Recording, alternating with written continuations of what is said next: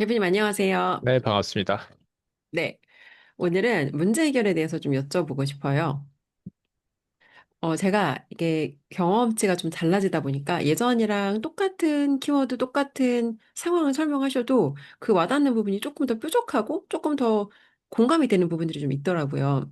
얼마 전에 다각화 레벨 4단계 말씀을 하셨는데 그게 저 정말 되게 공감이 됐거든요. 근데 사람들은 우리가 이게 편향이라는 게 우리가 굉장히 노력하지 않으면 어느 쪽으로인가는 조금 기울어질 수밖에 없거든요. 근데 이 편향이라는 게 저도 경험을 해보니까 되게 위험할 수 있더라고요. 특히 경제적인 관점에서. 그래서, 우리가 인간이 왜 편향되기 쉬운지, 그리고 이 다각화 레벨 4단계라는 게 어떤 걸 의미하시는지, 경제적으로 왜 우리가 다각화가 돼야 되는지, 이 부분에 대해서 좀 풀어서 설명해 주시면 좋을 것 같아요.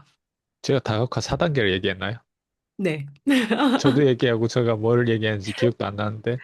지난 수업 시간에 말씀하신 건데, 그게 저 네. 정말 와닿았거든요. 왜냐면 제가 경험을 해보다 보니까, 그때 아, 우리 다 인간은 좌파에서 출발한다고 수업 하셨잖아요. 시간 때 얘기했던 거를 얘기하는 거예요? 맞아요. 아, 맞아요. 일단 1번 머저리들은 자기가 머저리인 줄 모르니까 일단 거기에 뽕이 차 있는 게 일단 1번 다각화 1단계. 네. 예를 들면 우리 좌파 우파가 있단 말이에요. 네, 그럼 좌파는 자기가 생각보다 괜찮은 사람을 생각하는 사람들이 이제 1단계예요. 그래서 우리가 좌파를 되게 웃기게 바라보잖아요. 그래서 자기는 좌파들의 특징은 자기가 진짜 괜찮은 사람이라 생각해요. 예. 그래서 나름 그런 이상적인 것들 따르는데 현실에서는 그 현실과 그 이상의 그 갭이 너무 크죠.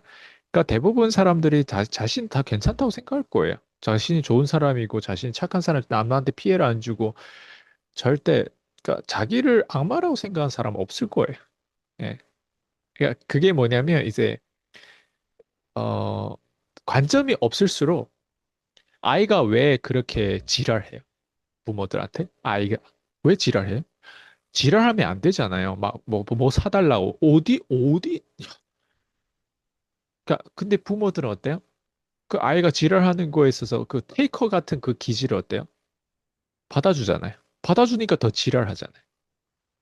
아이 입장에서는 자기가 지랄해도 된다라고 생각하는 거예요. I deserve it. 이렇게 생각하는 사람들이 뭐예요? 네.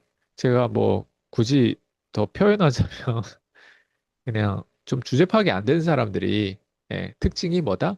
예, 좀 나는 괜찮다라고 생각하는 사람들. 그리고 2단계가 뭐냐면 예를 들면 좌파가 있으면 우파가 있잖아요. 제가 봤을 때 2단계가 우파인 것 같아요.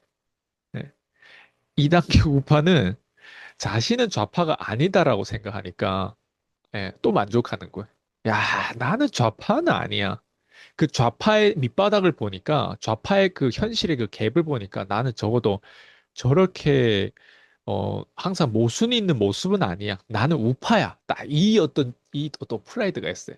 그래서 우파는 좌파를 아주 적나라하게 깔 줄 알고 적나라하게 논리적으로 깔 줄 알아요. 그래서 우파 채널을 보면 되게 시원한 게 뭐냐면 좌파에 대해서 얘기하는 게 너무 공감이 되는 거예요. 좌파에 있는 애들은 그냥 그게 감정적이지만 자기들 괜찮다고 생각하고 자기들이 이상주의니까 어때? 지구 온난화라는 키워드를 들고 하고 자기들 괜찮으니까 어쨌든 뭐, 다양한 큰 얘기를 한단 말이에요. 뭐, 지구는 뭐, 어쨌든 이렇게 돼야 되고. 실제 제 수강생들 중에 예전에 좌파가 많았어요. 옛날에 제일 처음에 제가 했을 때. 그 중에 어떤 사람이 지구 온난화, 지구를 구하자라는 구호를 외치면서 나가면서 항상 그 쓰레기라든가 이런 것들, 그리고 옷이라든가, 뭐, 어쨌든 지구에 관해서 손해가 되는 거를 굉장히 이렇게 그 캠페인처럼 그렇게 자기가 그렇게 사는 사람이 있단 말이에요. 근데 실생활에서는 실생활에서는 일단 가난하고요.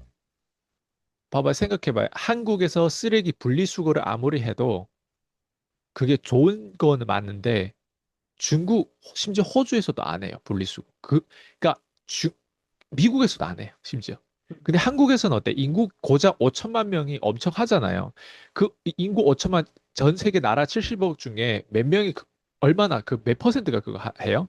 그러니까 제 얘기는 뭘 의미하냐면 내가 괜찮다라고 생각하는 그 괜찮음이 내 혼자 이기적으로 괜찮음이 안 되는 거예요. 그래서 다각화가 안 돼 있는 사람들은 그냥 나만 괜찮은, 내가 괜찮은 사람이라고 생각하는 그냥 이상주의에 빠지는 거. 저도 청년 때 저는 진짜 제가 괜찮은 사람인 줄 알았어요.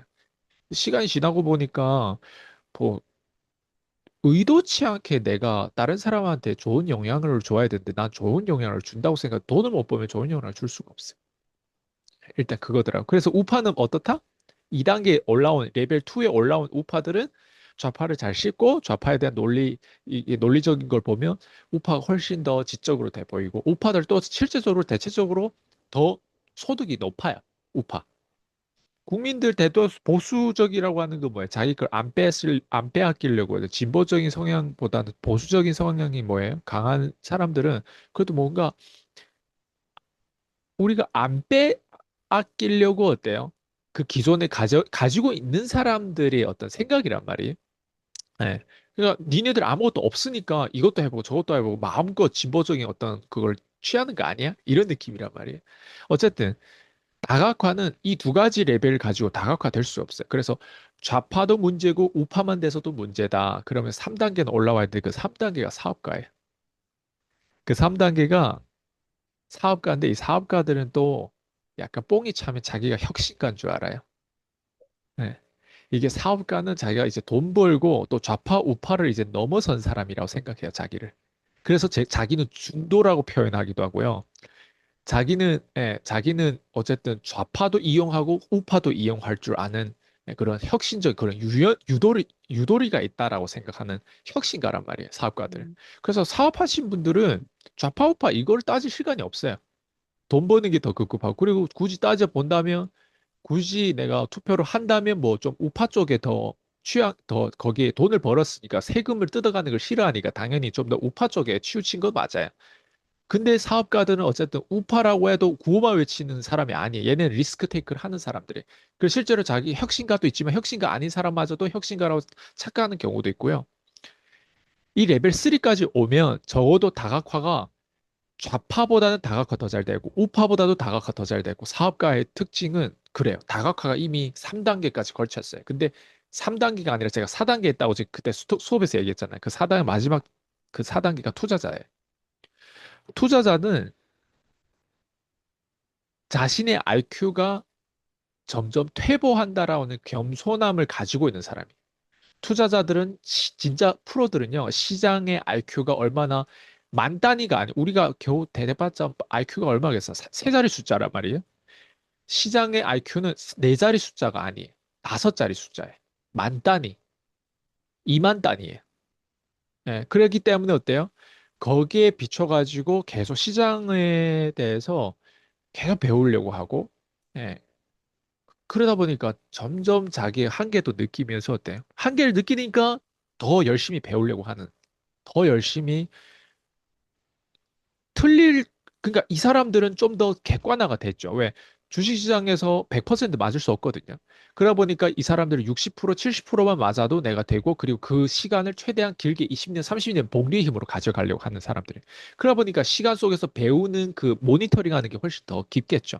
그러니까 이런 사람들은 좀 더 다각화가 됐겠죠. 다각화에 겨우 그래도 제일 마지막 단계에서 끝판왕이죠, 이런 사람. 그래서 다각화를 굳이 얘기하면 다각화란 표현이 어디 있어요? 분산 투자란 표현이 어디 있어요? 주식 시장이 더 많잖아요. 왜 그런 얘기를 쓸까? 주식에서 종목 투자는 어때? 집중 투자란 말이에요. 종목 투자 잘못하면 집중으로 어때? 날아가는 길이에요. 근데 투자할 줄 모르는 사람들 우량주라든가 우량주보다도 지수 투자. 지수도 있잖아요. ETF가 있잖아요, 지수가. S&P 500 ETF도 있고 뭐 반도체 ETF도 있고 뭐 채권 ETF도 있고 뭐 다양하게 미국장, 한국장 왔다 가면서 그 환율적인 부분들을 또 해지할 수도 있고 그렇게 포트폴리오식으로 가져가는 건 좀 더 부자들이 하는 건데 우리가 만약에 그냥 밑바닥에서 내가 좀 할 줄 모른다고 하신 분은 그냥 지수 모든 주식을 다 소유할 정도로 최가 우량주 500대 기업이 미국의 좋은 기업들 500대를 그냥 운영 보수가 수수료가 적은 거를 이런 걸 그냥 투자해 놓고 그냥 가는 거? 예. 이게 뭐예요? 왜 이렇게 다각화 때문에 이렇게 얘기하는 거예요. 다각화. 그러니까 다각화에 대해서 공부를 많이 하고 내가 겸손해지는 사람, 나의 아이큐가 퇴보한다라고 하는 그 인정을 하면서 때 끊임없이 발전하려고 하는 사람들은 다각화가 많이 되죠. 다각화가 많이 돼 있는 사람들은 어쨌든 자기가 말하는 원고의 질이 달라요. 삶도 다르고. 그러니까 다각화됐다는 사람은 꼭 주식 투자하는 사람이 다각화됐다라고 하는 게 아니라 1단계, 2단계, 3단계, 4단계 이게 다 전반적으로 거쳐가지고 밸런스가 맞는 사람을 다각화된 사람들이다. 그래서 굳이 우리가 따져본다면 다각화된 사람이 훨씬 더 성인에 가까워요. 아까 얘기한 것처럼 아니 태어나서 어떻게 함부로 막 대하죠, 사람. 어, 아무리 부모라도 부모도 나 처음 부모가 돼봤잖아요. 그 저희 와이프가 강의할 때 그 얘기하는데 너무 와닿더라고. 부모도 처음 돼봤고 아이도 어때요? 그 아이의 부모의 아들, 부모의 딸 처음 돼봤어요. 그 처음 돼본 그 딸 아들 다 처음인데 누가 더 공평하지 않게 돼? 아이가 더 공평하지 않게 돼요. 부모면 당연히 나한테 해줘야 되는 거 아니에요? 30살, 40살 됐는데 내가 아직도 가난하다. 부모 탓하면 안 되겠죠. 예. 그게 다각화가 안 된 사람일수록 편향돼요. 예를 들면 내가 이제 겨우 네트워크 마케팅에 뭐 예를 들면 함유됐어요. 그랬더니 로버트 키요사키 부자 아빠 가난 아빠 뭐 이런 책을 하나 한 권 읽고 와 부자는 이렇게 되는 거야. 근데 저처럼 16년 동안 이런 다양한 사람 코칭하고 제 지금 위치에 보면 로버트 키요사키 그 책은 똥이거든요. 실시거든요. 그건 그냥 마케팅 책이에요. 로버트 키요사키 경제 IQ에 대해서 얘기하고 말해는 주는데 로버트 키요사키라고 하는 사람 마케팅 전문가예요. 그 사람은 절대 그걸 복제할 수가 없어요. 그 사람의 그 마케팅, 그 브랜드. 그 규모 경제는 복제가 안 돼. 근데 사람들 어때? 다 로버트 키오사키는 부동산이거나 아니면 그냥 그 강의로도 그렇게 충분히 현금 흐름을 만들겠다고 하잖아요. 절대 그렇지 않아요. 로버트 키오사키 그냥 책 한 권을 읽고 거기에는 엄청난 양면성이 있는데 좀 잘못하면 뭐 예를 들면 적금하지 마. 적금하는 사람 루저라고 생각하는데 그 반이 맞고 반이 틀려요. 적금하면 안 돼요. 인플레이션 때문에 물가 지수가 막 올라가면서 돈의 가치가 점점 달러 가치가 점점 떨어지고 이렇게 하는 거 많은데 그래도 적금해야 될 때는 적금해야 돼요. 왜? 적금해서 1번으로 투자해야 되는 것들이 있는데 적금 안 한다고 또 그러면 되냐? 아니, 적금 안 하면 어디다 쓸 것 같아요? 엉뚱한 데 써요. 적금하는 사람들 구매력이 있어요. 왜? 구매 언젠간 하게 됐어요. 그걸 제대로 막 구매해도 그 사람은 성장하고 성공한단 말이에요. 봐봐요. 책 한 권을 가지고도 논리적으로 펼칠 때 펼쳐질 수가. 그래서 어떤 사람들 이제 보험이나 다단계나 이런 데 빠져 있어요. 그런 사람들하고 대화를 하면 대화가 안 돼요. 왜? 빠져 있기 때문에 제가 뭘 얘기해도 그 사람들 편향돼 가지고 제 말을 뭐 귀에 안 들어가요. 그래서 저희가 우리 교육생들 중에서도 막 네트워크 마케팅 하신 분들도 있었는데 그런 사람들을 이제 제가 막 너무 이제 적나라하게 현실을 보고 얘기하니까 도망가는 사람 도망가고. 예.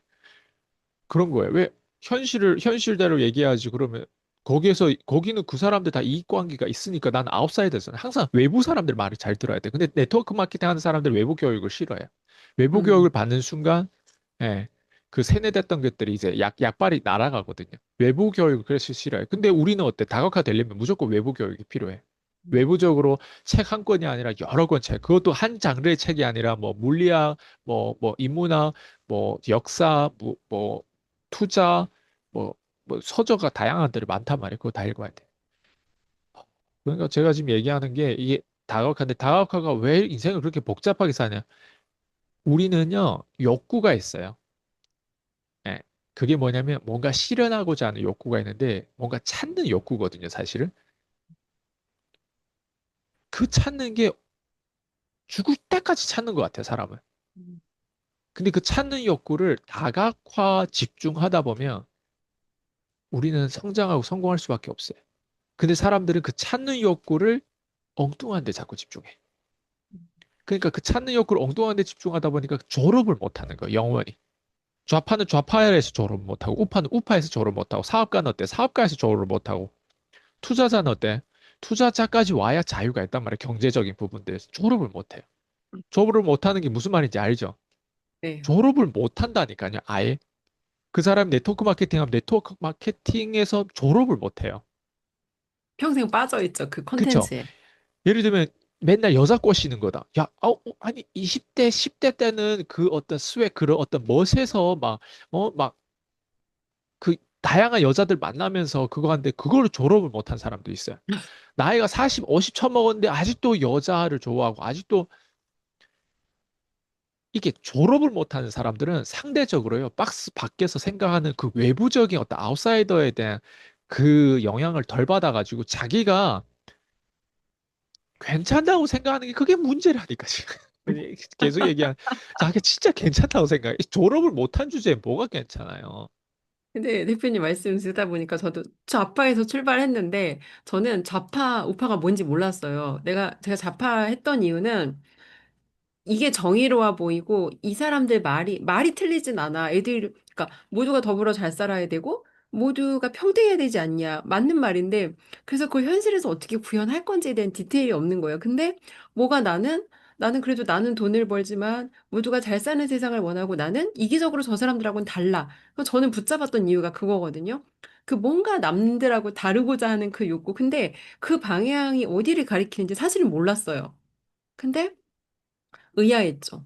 왜 돈을 잘 버는 사람들은 저렇게 이기적으로 다 보수 정당을 지지하는 거지? 의아했는데 지킬 게 있으면 절대 좌파일 수가 없더라고요. 그러니까 경제적인 면에서는 철저하게 우파인데 뭔지 모르고 했던 행위들이 어디를 내가 가리키고 있는지 모르고 그걸 쫓았더라고요. 근데 우파도 마찬가지인 게 우파도 돈을 버는 경험, 내가 뭔가를 깊게 성공해 본 경험이 없으면 정치적으로 우파라고 그 정치 이념으로 세상을 바꾸는 게 또 아니잖아요. 근데 결국은 들어가서 경험하고 틀리고 나오면서 그때 깨닫게 되는 것 같아요. 근데 말씀하신 대로 빠져 있으면 이걸 볼 수가 없어요. 빠져 있는 상태에서는 내 상태를 돌아볼 수가 없더라고요. 제가 갑자기 썸네일을 생각했어요. 우파 정권으로 바꿔도 안 되는 이유. 네, 아, 잠깐 여담인데 제가 잠깐 정치에 들어갔다 나왔잖아요. 네. 근데 사실 당원들 투표로 그렇게 어쨌건 우리나라 지금 굉장히 지금 시팩 가서 또 활약하시고 계시는데 당원 투표로 선출이 돼서 사실 최초였고 근데 저는 사실 제가 뭔가 크게 할 수 있을 줄 알았어요. 뭔가 크게 할 수 있을 줄 알고 들어가서 또 현실을 경험해보고 나니까 또 현실을 보게 된 거죠. 그래서 제가 뭐 길게 얘기할 수는 없지만 자유혁신당의 최고위원인데 대단하죠. 그리고 본인 스스로 사퇴하고 유튜브에서 나 나왔다. 맞아요. 그냥 사람들이 봐서는 그 투표를 미친년인데 저 투표 날에 가 있었잖아요. 외국인임에도 하죠, 불구하고 몰래 하죠. 들어갔어. 거기 사람들 제가 다 아마 한국 사람인 줄 알았을 거. 몰래 간첩이 들어갔어. 근데 경험을 하고 나니까, 현실에서 내가 할 수 있는 일을 한다는 게 무슨 의미인지, 또 사실은 경험을 통해서 다각화가 된 거예요. 주제 파악도 했고. 그래서, 지금 생각하니까, 전 그때 의아했거든요. 찰리 먼거가 정치적으로 이데올로기 편향되지 말라고 말해서 맞아. 되게 충격적이기도 했고, 기업하시는 분이고 사업하시는 분이면 저는 다 우파라고 생각을 했는데, 진짜 끝점에 있는 사람들은 편향되지 않더라고요. 아, 좌파 우파 어쨌든 중요하지 않으니까 제발 정치에 관심을 이제 껐으면 좋겠다. 관심을 가지더라도 내 네. 파워가 있어야 관심을 가질 자격을 가져야. 그리고 관심을 동의합니다. 가진다라고 하는 건 감시를 한다는 거거든요, 정권을. 그럼 맞아요. 정권을 감시하는 것만으로도 정권이 도움이 되냐? 안 돼요. 음, 아니, 우리 그럼 지금까지 감시 안 했어요? 뭐 부정투표고 뭐 트럼프도 그거 당했고 뭐 이런 거 감시해도 도움이 안 돼. 그러면 뭐 해야 된다? 아, 현실적으로 기능을 하는 거에 대해서 한국의 시스템을 인정하고 그럼 뭐 해야 됐어? 나부터 어때? 나부터 음, 정신을 차려야 되겠죠. 나부터 정신 음, 차린 건 다른 거 아니라 경제를 성장시 아까처럼 사업가로 레벨 3로 올라오고 그다음에 투자자로 올라와야 돼. 그렇게 하려면 생각보다 할 일이 너무 많아. 언제 계속 맨날 외치겠어요. 좌파는 우파를 죽이려고 하고 우파는 좌파를 죽이려고 서로 죽여봤자 소용없어. 아무런 더 이상 한국은 더 이상 그냥 한국이 아니라 이렇게 생각해야 돼. 내가 한 나라라고 생각해야 돼. 내가 하나의 교회라고 생각해야 돼. 그리고 내가 전 세상에 미치는 영향을 받기도 하고 내가 전 세계를 영향을 주고자 하는 글로벌 나라 쪼개야 돼. 한국 덩어리를 보고 맨날 서로 구호만 외치잖아. 거기에 대한 세금을 네가 그래서 가서 쓸 거야? 네가 그 세금을 관리하고 네가 배분을 어떻게 대통령 그런 일을 해야 되는 사람이지만 뭐 어떻게 할 거예요? 한 나라를 어떻게 네가 관리할 거야? 내 자신도 관리를 못한, 내 자신이 관리 못한 사람들 때 좌파 우파의 그런 어떤 뭐 그런 구호 외치러 나가는 거야. 아니, 내 자신부터 관리하고 우리 내 자신을 나라로 만들면 돼. 내가 한 나라야. 내가 하나의 교회야. 내가 이거는 철학적인 개념보다 되게 주제 파악을 하는 개념이에요. 그러다 보면 어때요? 나 같은 나라와 동맹하다 보면 그 동맹하는 사람들이 한 명 한 명 더 커지다 보면 다시 한국이라는 나라를 올바르게 세우겠죠. 그게 좌파 정권이든 우파 정권 올바로 세우면 되는지 거기다 뭐 좌파 우파 뭐 싸울 게 있어요.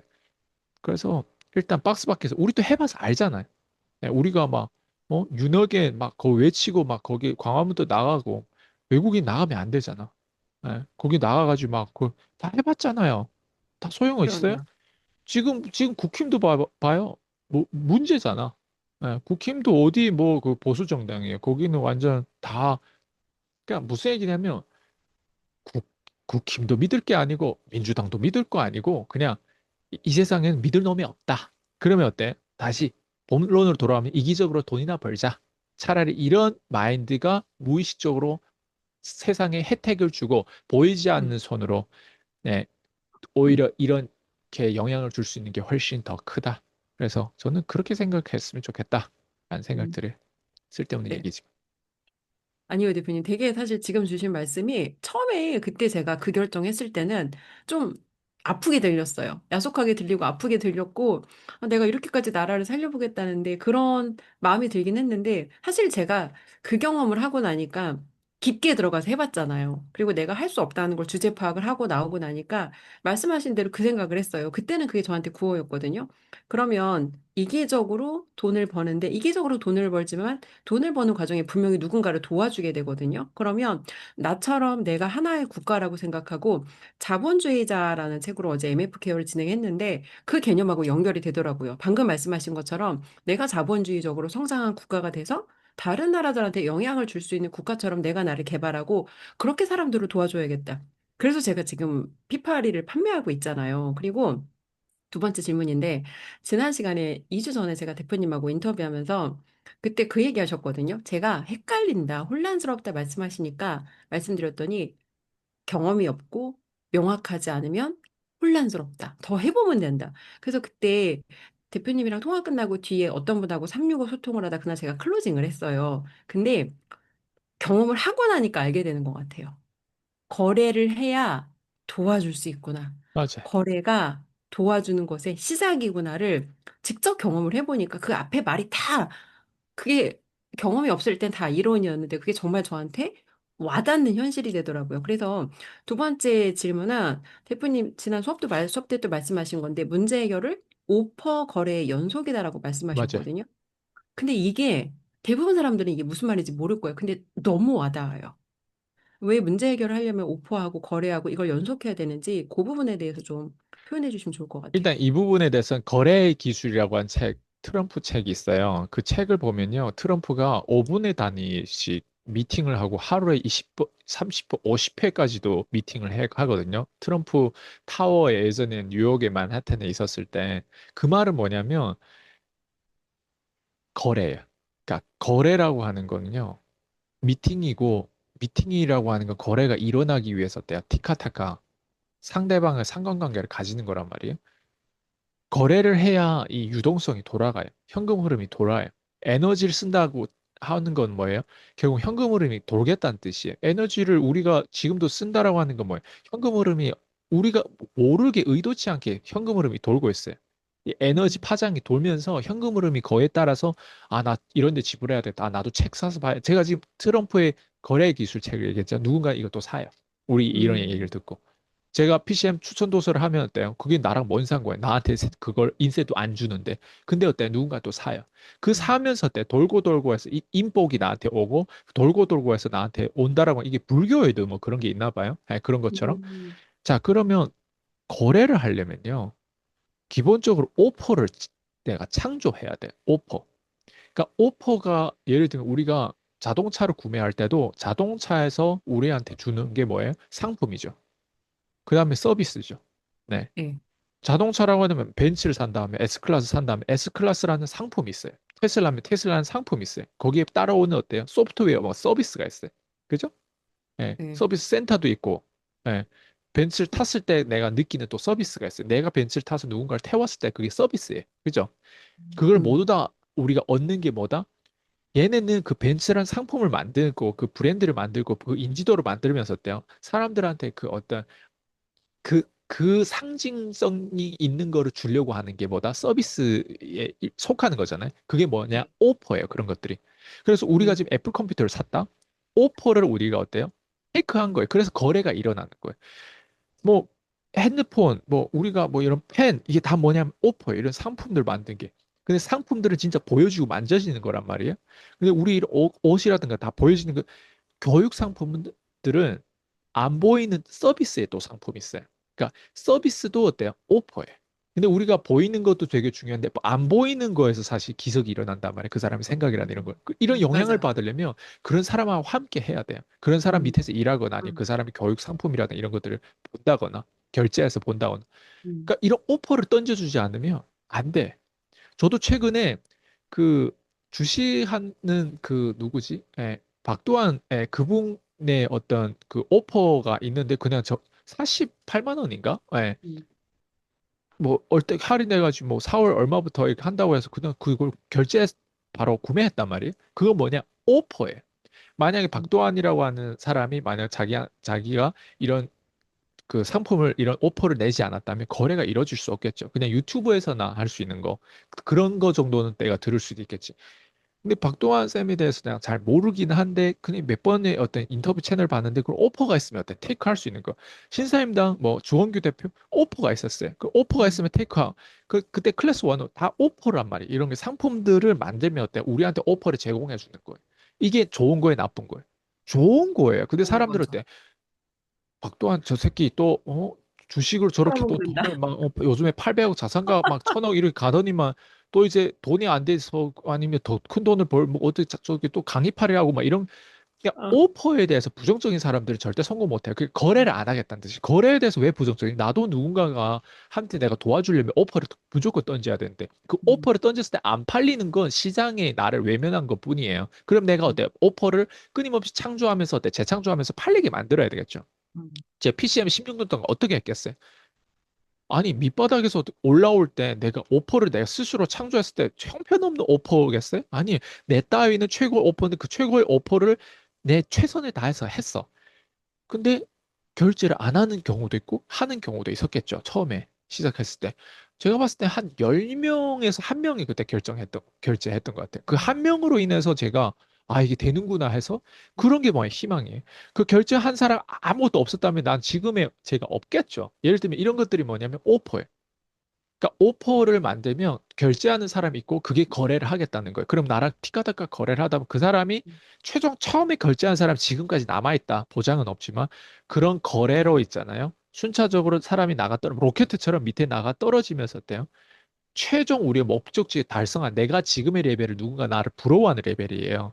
이 음, 목적지까지 달성하려면 내가 밑에 오퍼를 거래하면서 했던 그 연료가 필요했던 거예요. 내가 음, 사람들의 수강료를 모아서 나도 또 그랜카돈이라든가 타일 로페스라든가 뭐 러셀 브런슨이라든가 뭐 다양한 사람들의 어떤 그런 데 또 마스터마인드 그룹이라는 이런 게 결제해가지고 들어가 본단 말이에요. 그러면 이 돈은 누가 지불했다? 내가 그동안에 내가 샤브샤브샤브 하면서 오퍼를 만들어서 제공했던 그 거래에서 만들었던 돈 그걸 가지고 내가 또 여기다 또 바치는 거예요. 바치면서 음, 오퍼가 그 스케일이 좀 커지는 거예요. 네. 그래서 음, 10만 원, 100만 원 막 이렇게 해서 1000만 원 막 그 이상까지 오퍼가 이제 성장되니까 지금의 저희 위치인데 누군가는 이게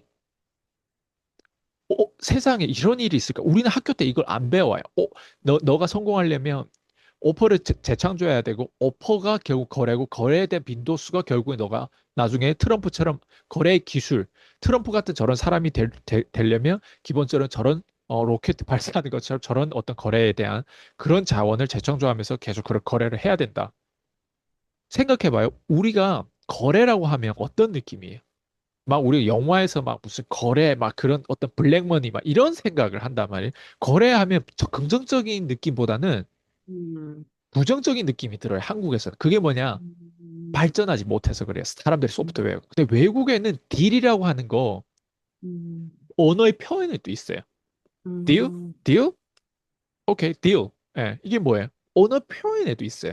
그만큼 거래라고 하는 건 미국 자본주의에서는 왕성하게 액티브한 거예요. 음, 캐나다만 가도 미국만큼 액티브하지 않아요.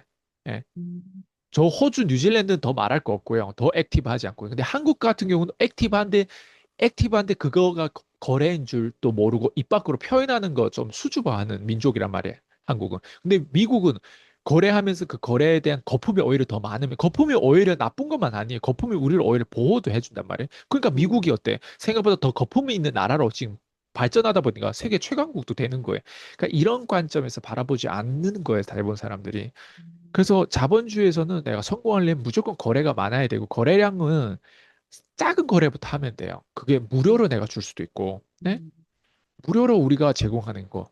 우리가 정식 멤버 되기 전에 임시 멤버라도 들어오게끔 우리가 지금 이제 오픈해 주고 있잖아요. 네, 그런 것처럼 거래에 있어서 음, 이렇게도 할 수 있구나라는 걸 이 과정을 난 평생 제자들한테 다 지금 복제하고 있어요. 음, 다 보여주고 있어요. 내가 음, 어떻게 거래하고 있는지, 어떻게 오퍼를 재창조하고 있는지, 어떻게 구조를 계속 변경하고 있는지.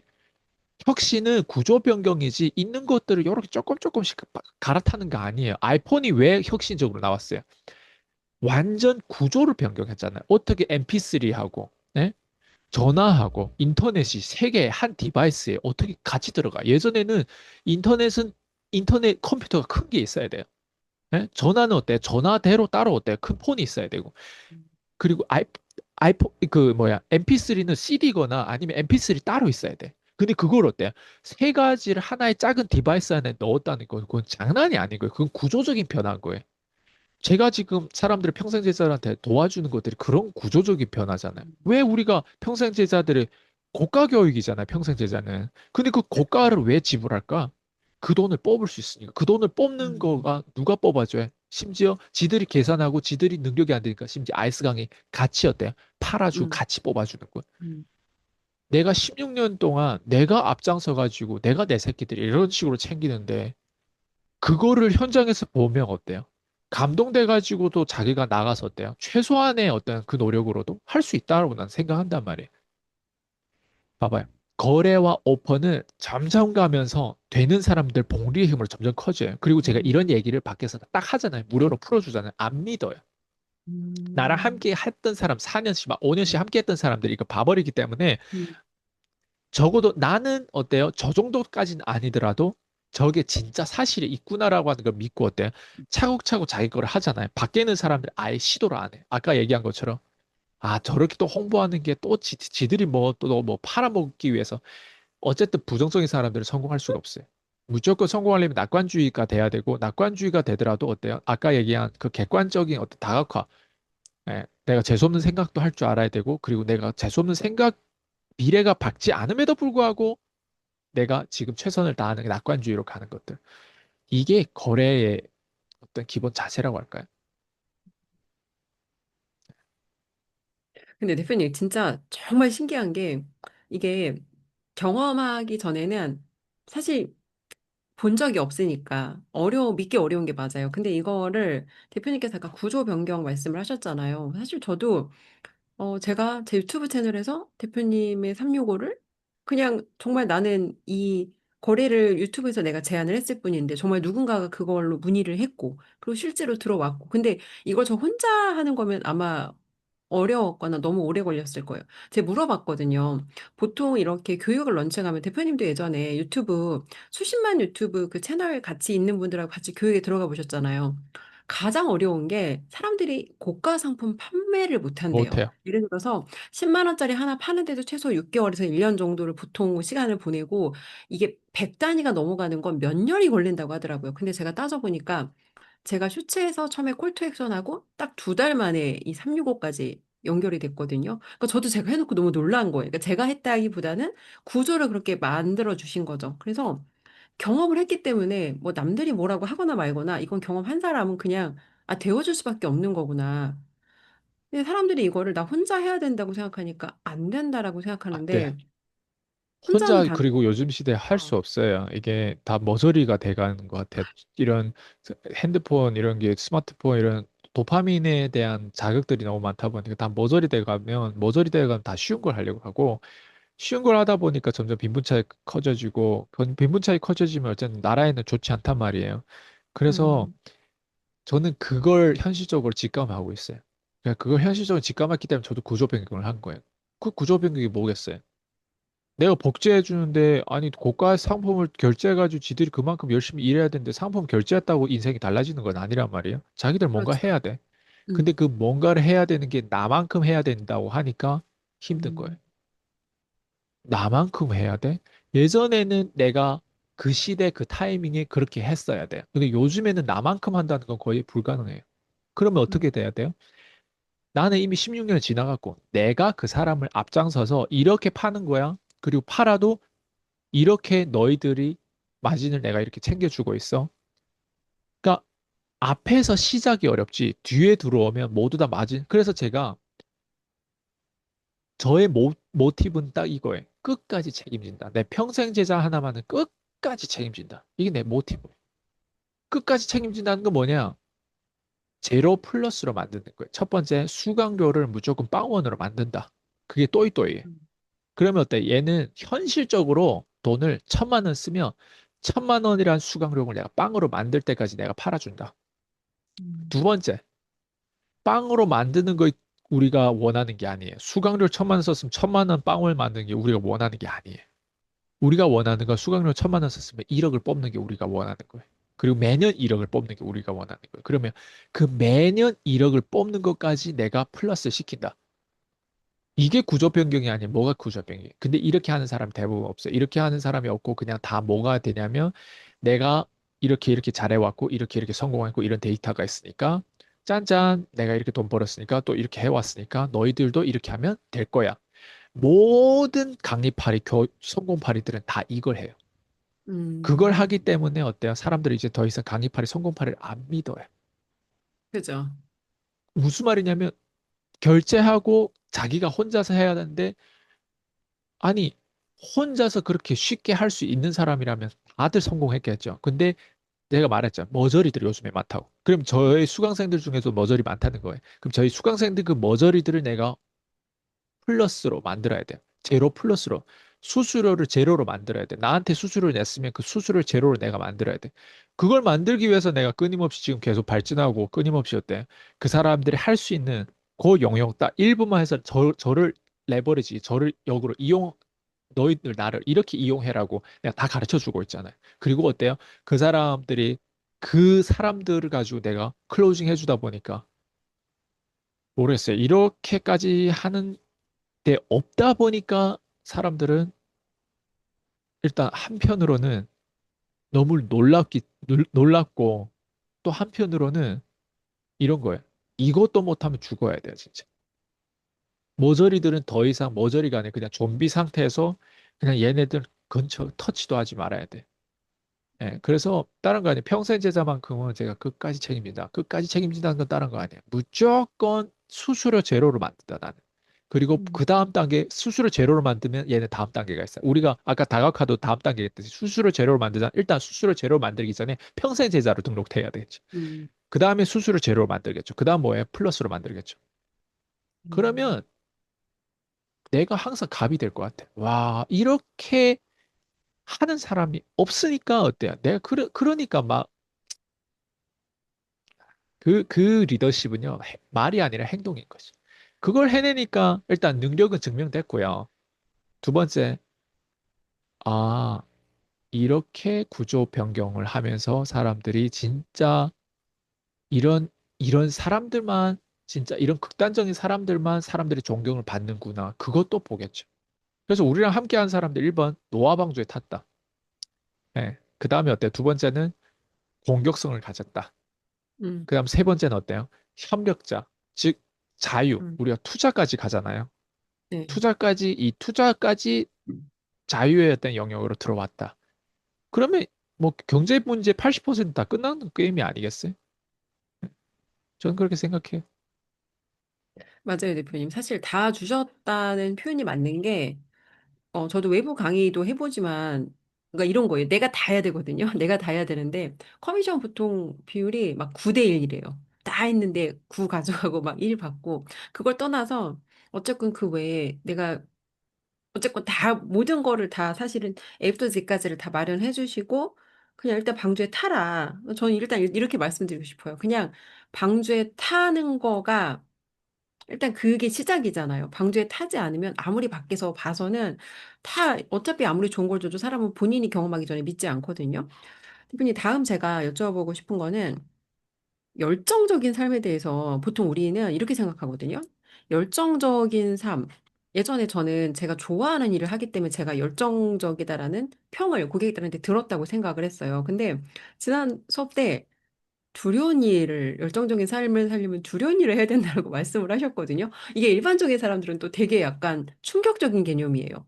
열정적인 일을 열정적인 삶을 살려면 좋아하는 일을 해야 된다고 생각했는데 두려운 일을 하라고? 완전히 반대 방향의 이야기처럼 들려요. 왜 우리가 열정적인 삶을 살려면 두려운 일을 해야 된다고 말씀하셨는지 여기에 대해서 좀 풀어주세요. 일단 두려운 거는 거기에 안에는 틈새 시장이 있어요. 두려움에는. 그게 뭐냐면 우리가 주식에서 돈을 언제 벌 수 있냐면 사람들이 다 공포에 질려가지고 매도할 때 그 기업의 실적하고 상관없이 사람들이 그냥 뭔가 이런 이벤트성으로 이라크 전쟁 뭐 이런 이란 전쟁 뭐 이런 것들 터졌을 때 뭐 오일 쇼크라는 뭐 이런 게 하면 그 예전에 막 또 미디어에서 나온단 말이에요. 막 그때 IMF 때만큼 더 힘들어서 그게 터진다. 막 요즘에 환율도 막 이상해진 이런 이벤트성이 딱 생기면서 사람들 패닉 셀링을 할 때, 그러니까 그게 뭐냐면 대중이 우르륵 해서 두려움을 만들어요. 그 두려움의 크기가 커져요. 그 두려움 안에는 틈새 시장이 있어요. 그 틈새가 뭐냐면 내가 두려움에 대해서 훈련된 사람은요, 그 파도를 즐겨요. 그래서 파도를 즐긴다는 게 전략적으로 요 전략을 딱 가지고 있다가 야구처럼 딱 기다리고 있는 거야. 막 공들이 날라오는데 내가 딱 기다리고 있다가 갑자기 내가 진짜 요번만큼은 내가 이 방망이를 휘둘릴 수 있겠다라고 하는 그 확신이 올 때가 있단 말이에요. 왜? 그거는 내가 앞에서 이미 준비를 해놨어요, 내가. 근데 이렇게 패닉 셀링이라든가 이런 이벤트성으로 딱 왔을 때 기업 이득은 사실 훼손된 게 없어요. 예. 근데 그죠? 사람들의 공포 시장에서 냈다 팔 때 어때요? 그게 디스카운트가 돼요. 특히 우량주들은. 예. 음, 디스카운트가 가장 빨리 되는 게 또 우량주예요. 그러니까 음, 머저리들도 봐도 어때요? 구글 같은 회사가 왜 이렇게 떨어졌지? 머저리들 음, 봐도 이거는 진짜 싼데 테슬라가 음, 요즘 많이 떨어졌거든요. 네, 머저리들 봐도 테슬라가 많이 떨어졌어요. 근데 아직도 높다고 생각할 거예요. 다른 것도 많이 높아. 근데 AI 주들이 많이 떨어진 게 되게 많아요. 음, 오라클 얘도 많이 떨어졌어요. 예. 근데 어때요?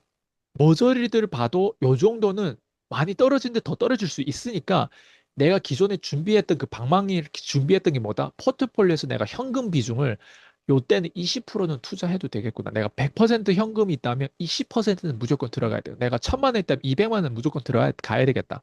이렇게 해서 어때요? 분할 매수를 할 수 있는 거예요. 이게 음, 뭐냐면 두려움에서 훈련됐던 사람들은요. 제가 지금 방금 얘기한 이 행동을 할 수 있어요. 네. 음, 그래서 열정이라고 하는 건 이 행동하고 나서 내가 딱 성공했잖아요. 이 네, 행동했는데, 오, 진짜 패닉 셀링에 내가 구매했던 걸 한 번만 롤플레이를 했어. 현장 플레이를 해봤어. 음, 그랬더니 진짜 20%, 30% 2달 뒤에 바로 올라간대? 그러면 어때? 안전마진 20%, 30% 확정하고 어때요? 계속 위에서 1년에 10%씩만 올라도 어때요?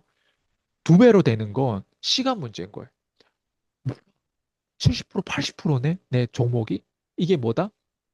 앞에서 내 방망이를 딱 그게 뭐냐면 한 번이라도 이런 경험을 해보면 어때요? 열정이 음, 생기는 거예요. 그 열정은 어디서 왔다? 성공에서 온 거예요. 작은 성공. 그 작은 성공 어디서 왔다? 준비물에서 온 거예요. 그 준비는 어디서 준비했다?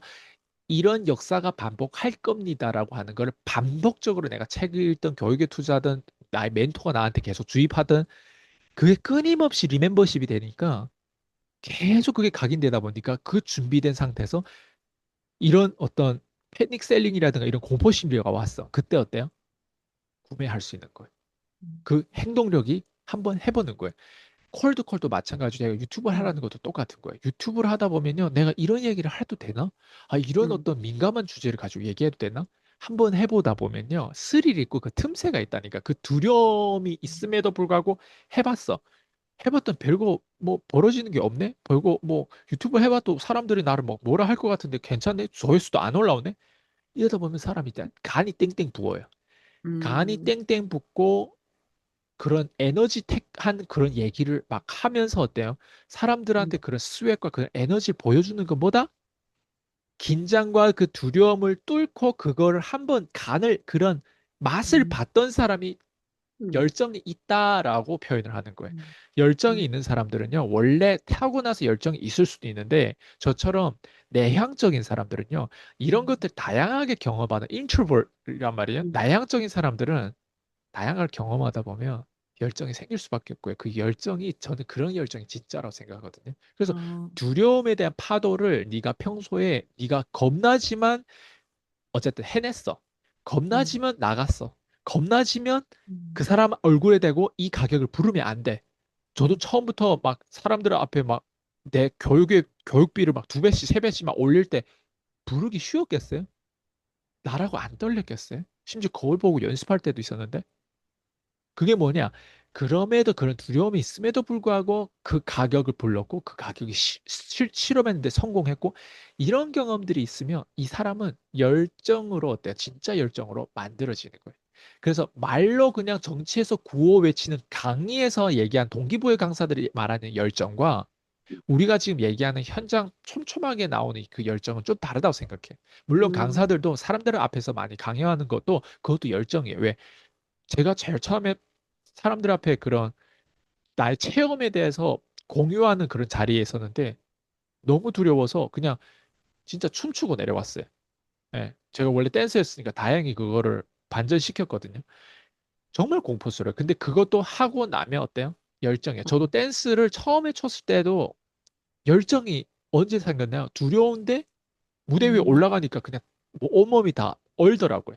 근데 그걸 몇 번 해내다 보니까 아, 무대 위에서는 어떻게 하면 되겠다. 그리고 제가 특히 무대를 여러 번 섰는데 리허설 할 때 빡세게 저는 해요.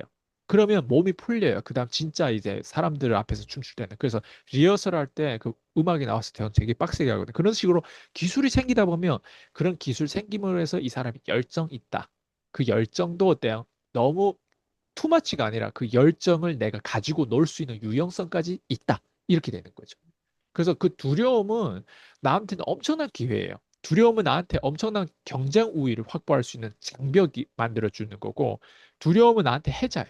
그러니까 그 두려움을 내가 테이크를 많이 한, 리스크 테이크를 많이 했던 사람일수록 그 틈새를 더 많이 보고, 그 틈새를 더 많이 보는 사람일수록 마진을 더 많이 챙기고, 더 빨리, 더 많이, 더 지속적으로 성공할 수 있는 그 심리를 생기겠죠. 그 심리가 일단 생기면 뇌졸중이라는 건 뇌에 문제가 안 생기는 한 그 심리를 계속 지속할 수 있어요.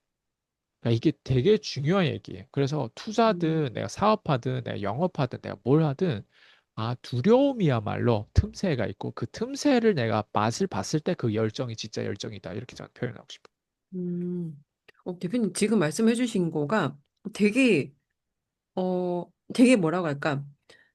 예전에 생각해 보니까 제가 알고 있던, 기억하는 열정은 책에서 읽어서 이론으로 배워서 이게 열정이야를 누가 나한테 이거 바로 알려준 식어요. 거고, 그 대표님 말씀하신 것처럼 분명히 두려운 일인데 그걸 하잖아요. 그러면 그때 그 후에 얻어지는 그 감정이 열정이구나가 지금 깨달아진 것 같아요. 근데 맞아요. 생각해보니까 대표님 만나고 제가 제일 많이 바뀐 게 원래 밑바닥에 있을 때는 그렇게 겁이 많지 않았거든요. 근데 꼴랑 밑바닥에서 조금 올라가고 나니까 되게 두려운 게 많더라고요. 이런 거 하면 모양이 빠지지 않나, 품위가 떨어지지 않나. 그래서 다 제거했던 거를 다시 대표님과 함께 하면서 그거를 그 틈새로 다시 들어갔던 경험들이 거기에서 변화가 시작됐던 것 같아요.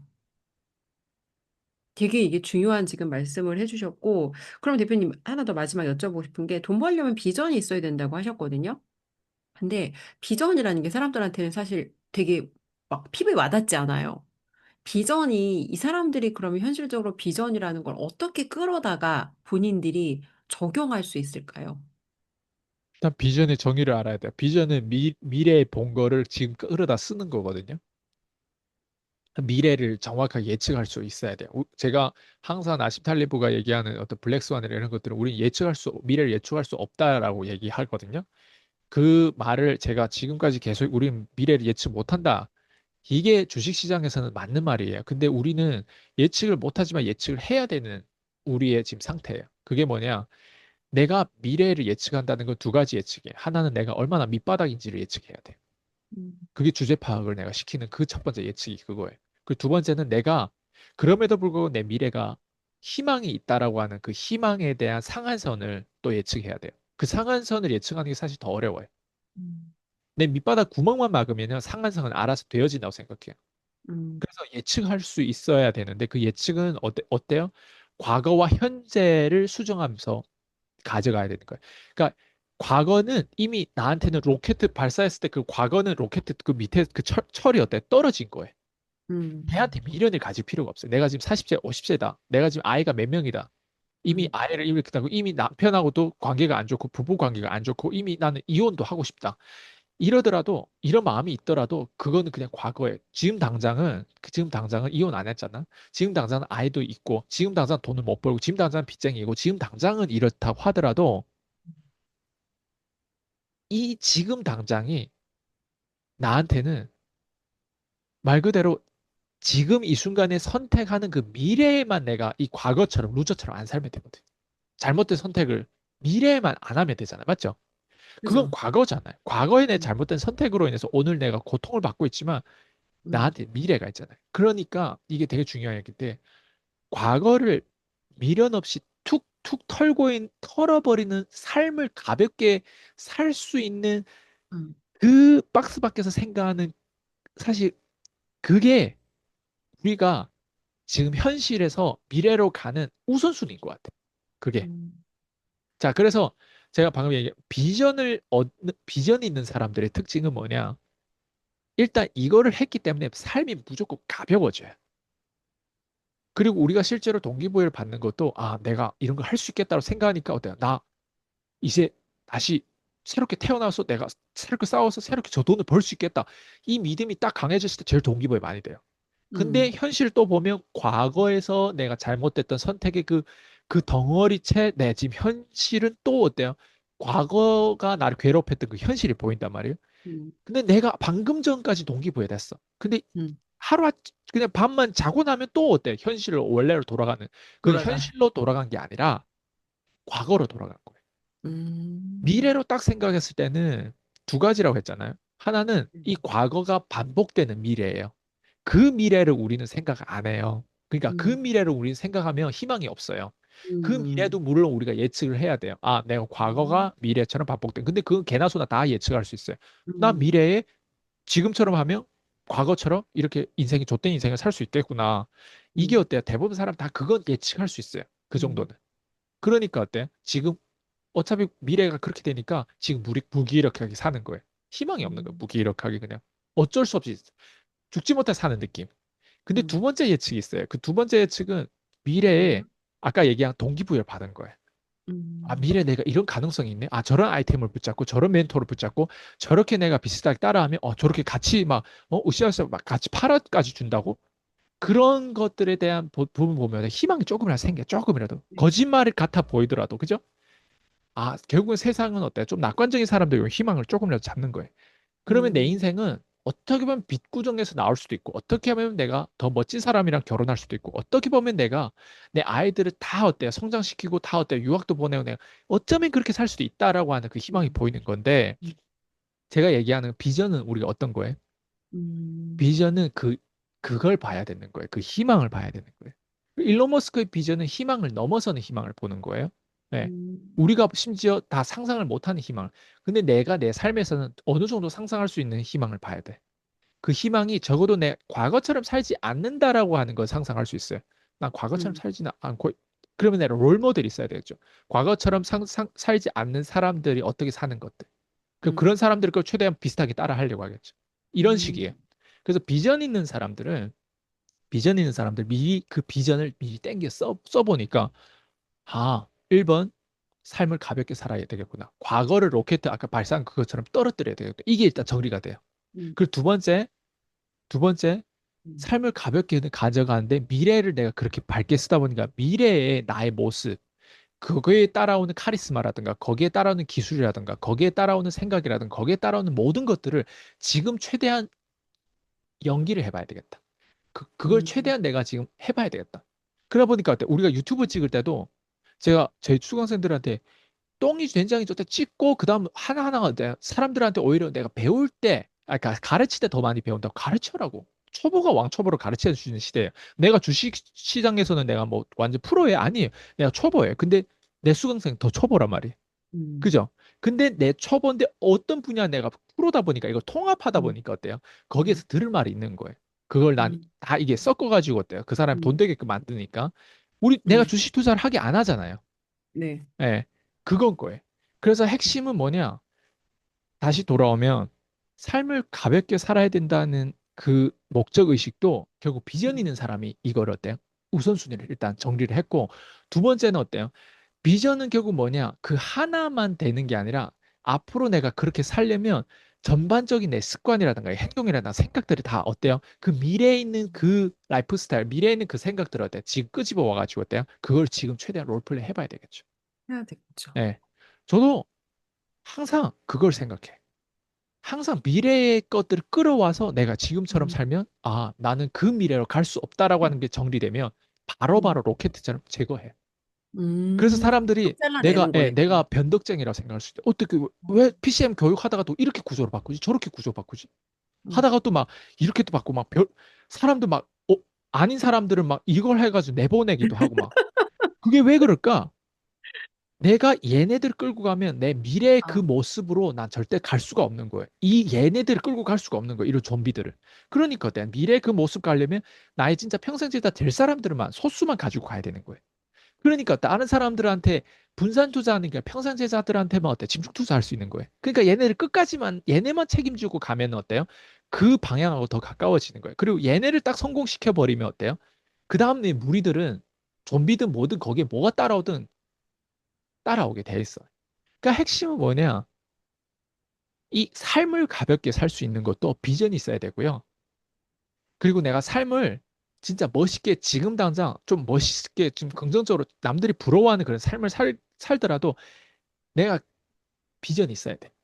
비전이 음, 없으면 일단 삶이 가볍지 않고요. 비전이 없으면요. 이게 명확하지 않아. 매번 내가 같은 실수를 과거의 실수를 반복하게 돼. 비전이 있으면요. 과거를 미래랑 연결 안 시키는 그 분리의 힘을 내가 가지고 있어요. 비전 있는 사람. 그래서 비전을 붙잡을 거냐 아니면 현실을 붙잡을 거냐. 우리 현실은 뭐예요? 과거에서 따라온 똥을 현실이라고 표현해요.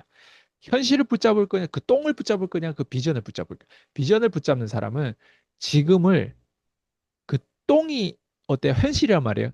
그 똥 음, 곧 다음에 지금. 왜냐면 그 똥은 그 전에 내가 싼 거예요. 내가 바로 피하면 냄새는 조금 나겠지만 피해 있으면 내가 똥을 밟지는 않을 거예요.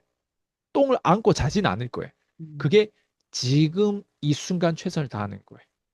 저도 음, 봐봐요. 제가 제 교육에서 그리고 제 유튜브에서 과거의 그 기록들이 되게 많아요. 그죠? 제 영상을 맞아요. 보면 1000개도 넘잖아요. 그죠? 음, 2000개 아마 될 거예요, 지금. 네. 그러면 그게 나한테 중요할까요? 과거가요. 중요하기도 하고 안 저한테는 중요하기도 할 것 같아요. 그냥 이거는 다른 사람, 너 이렇게 증명됐구나 그 숫자예요. 음, 저한테는 안 중요해요. 안 음, 중요하기 때문에 저는 지금이 어때요? 최선이에요. 그러니까 지금의 최선에서 이런 표현을 하는 거예요. 왜 나는 어차피 미래로 가지. 그 내가 음, 유튜브에서 남겼던 2000개 영상에 나는 남지 않을 거야. 나는 걔보다 훨씬 더 멋진 버전으로 앞으로 성장할 거야. 이게 비전인 거예요. 그러다 음, 보니까 과거의 2000개 영상하고 나는 어때요? 대립했을 때 그 2000개 영상의 그 아이스 강이 좆도 아니게 내가 만들어 버리는 거예요.